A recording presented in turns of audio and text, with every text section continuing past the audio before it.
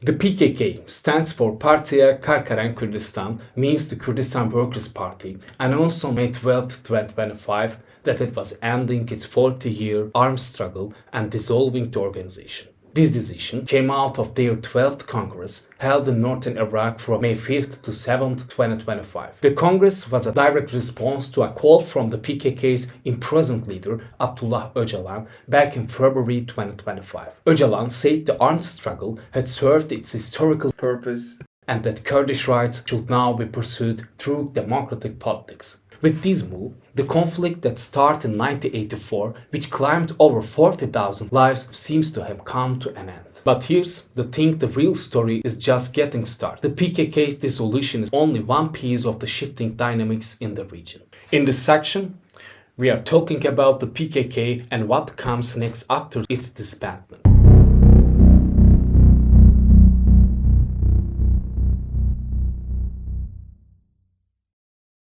The PKK, while the most well-known organization of the Kurdish freedom movement, doesn't represent all the demands and moments of the Kurdish people. In Turkey and the region, there are various political advocating for Kurdish rights. However, the PKK, capitalizing on the Marxist and Leninist trends of its time, became the most prominent representative of this movement. But the Kurdish freedom movement predates the PKK by a long shot. It traces back to the Kurdish identity struggle shaped by collapse of the Ottoman Empire and the rise of nation-states in the 19th and 20th centuries. This movement, in Italy, emerged with demands for cultural and political rights derived more by Kurdish nationalism and the quest for autonomy than by Marxism. Today, too, we are focusing on the PKK and the peace process it pursued with the Turkish state. Before we get to the heart of the matter, let's take a trip back to the PKK's founding years. The PKK was founded on November 27, 1978, under the leadership of Abdullah Öcalan by a group of university students and left-wing activists in Ankara. Back in the 1970s, Turkey was a hotbed for a rising leftist movement and Kurdish nationalism was becoming increasingly visible. Öcalan and his comrades, known as the Apoists, embraced Marxist-Leninist ideology and called for armed struggle to establish an independent Kurdish state. Their first manifesto was steeped in anti-colonial rhetoric, portraying Turkey as a colonial power bent on assimilating the Kurdish people. In 1979, the PKK held its first Congress, where the organization's official name, program, and goals were solidified to build a socialist Kurdistan. Yüce Türk milleti. The 1980 coup was a turning point for the PKK. The declaration of martial law in Turkey and harsh crackdowns on leftist groups forced the organization to move its operations abroad. Öcalan fled to Syria in 1979 and began renaming the organization from there. Bakavali became the PKK's training camp and logistics hub throughout the 1980s. During this period, the organization collaborated with Palestinian groups in Lebanon, receiving guerrilla training. August 15, 1984 marks a milestone in the PKK's armed struggle. On that date, attacks on gendarmerie stations in Eruh and Şemdinli officially launched the PKK's armed rebellion. These attacks changed the course of both the organization and Turkey's secretive policies. While the PKK operated with guerrilla tactics in rural areas, the state intensified emergency measures in the region. The 1990s were the PKK's most active and controversial period. During these years, the organization waged in southeastern Anatolia. The power vacuum in Iraq following the 1991 Gulf War made it easier for the PKK to establish camps in northern Iraq. These camps bolstered the organization's logistical and military strength. However, during the same period, the PKK's village raids and attacks on teachers and public officials led to civilian casualties, making public support for the organization contentious. In 1993, Öcalan declared a unilateral ceasefire, but this effort failed to bring lasting peace. That same year, the killing of 33 unarmed soldiers in Bingöl became of the PKK's most criticized actions. During this period, Turkey conducted large-scale military operations against the PKK, village evacuations, forced migrations, and allegations of human rights violations frequently made headlines. 1999 was a dramatic breaking point for the PKK. Abdullah Öcalan, expelled from Syria under pressure, fled first to Russia, then to Italy, and finally to Kenya. On February 15, 1999, he was captured in Kenya by Turkish security forces and brought to Turkey. Öcalan's capture shocked the PKK's moral and organization structure. Öcalan was sentenced to prison in İmralı, received the death penalty, but in 2002, with Turkey's abolition of the death penalty, his sentence was commuted to life imprisonment. When Abdullah Öcalan was captured in Kenya in 1999 and brought to Turkey, he said on the plane, "I will serve my state." Those words came from the mouth of an organization leader who had fought Turkey for years.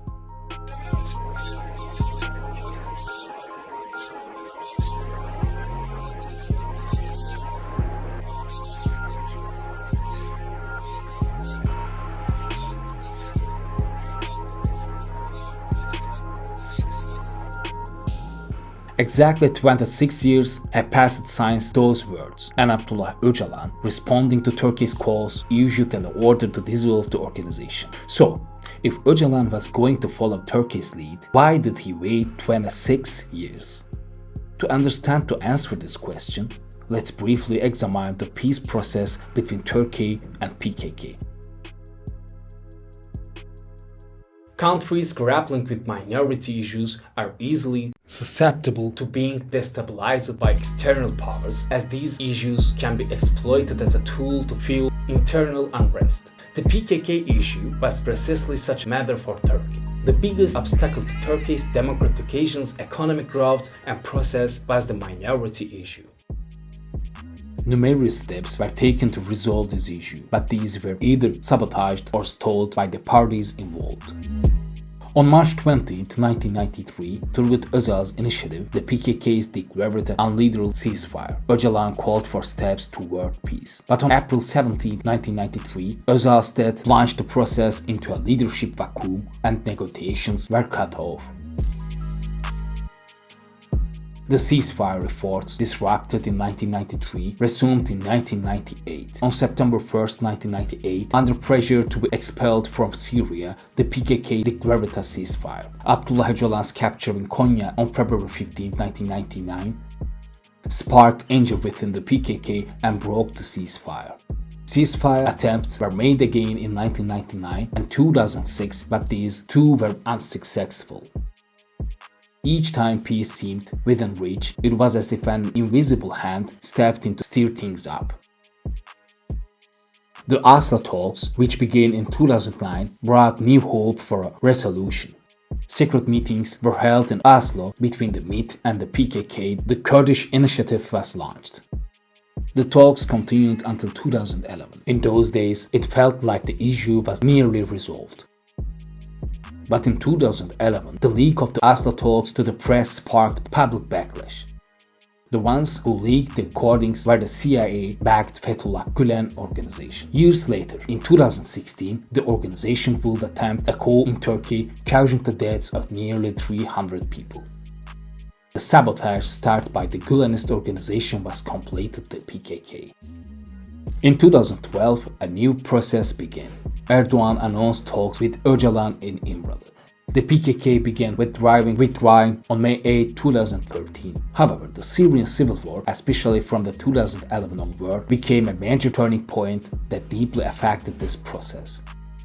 Because the war enabled the PKK Syrian branch, the YPG, to gain strength through its fight against ISIS in Kobani, and Turkey's perception of the YPG as a threat deepened the crisis of trust.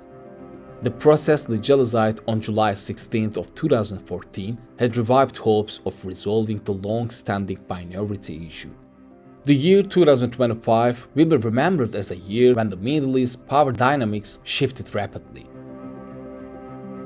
Israel's wave of attacks, launched after October 7th, heightened security concerns across the region.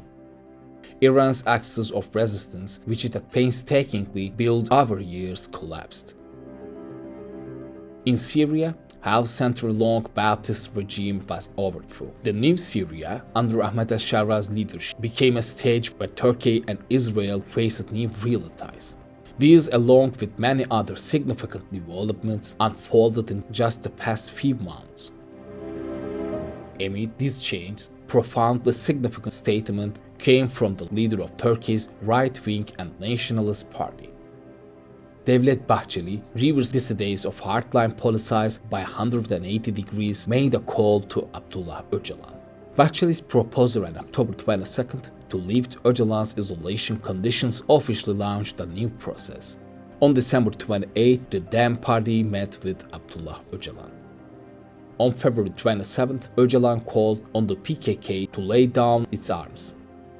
On March 1st, the PKK declared a ceasefire, and on May 12th, the PKK officially dissolved itself. This process is different from other peace processes. Turkey's most nationalist segment granted a voice to the most extreme name among separatist Kurds, namely Abdullah Öcalan. Countries like the US, Israel, and Iran, supporting and manipulating the PKK's Syria and Iraq ranks for their regional interest, made the process more challenging. Despite everything, the PKK laid down its arms without any preconditions. This marks the end of a conflict that defined Turkey's last half-century, causing billions of dollars in damage and the deaths of thousands of people. Turks and Kurds, as they did roughly a century ago, are starting side by side to again today.